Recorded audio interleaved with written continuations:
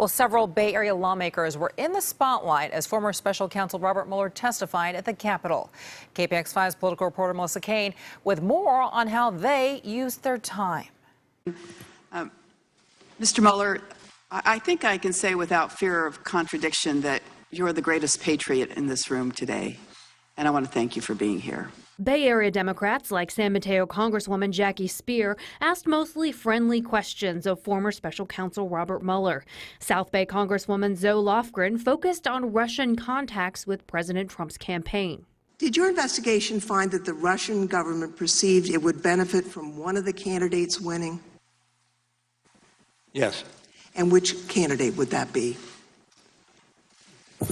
Well, it would be Trump. East Bay Congressman Eric Swalwell was on both committees that heard from Mueller today. He pointed out that President Trump refused to meet with Mueller while meeting repeatedly with Russian President Vladimir Putin.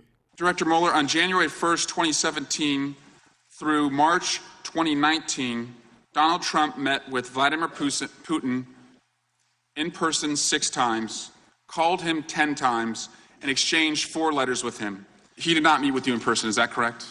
He did not. While Bay Area members of Congress focused on Russia, California Senator Kamala Harris said the president is guilty of obstruction. No matter what this current Attorney General and the President of the United States try to say, the American people are smart enough to know what is and what is not truth.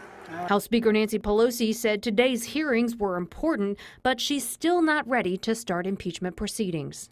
My position has always been whatever decision we made in that regard would have to be done with our strongest possible hand, and we still have some outstanding matters in the courts.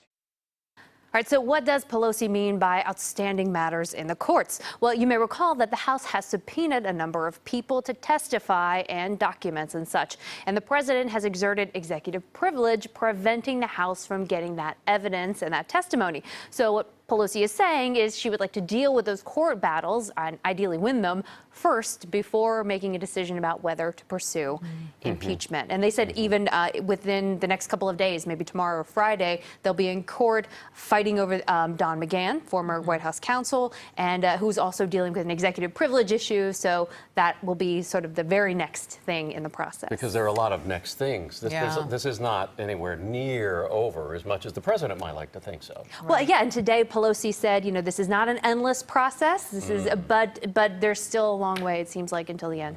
No, absolutely. All right, Melissa, It's like reading the same book with 2 different covers, depending on who, the point of view you take, right? That's one way of looking at it. Thank you, Melissa.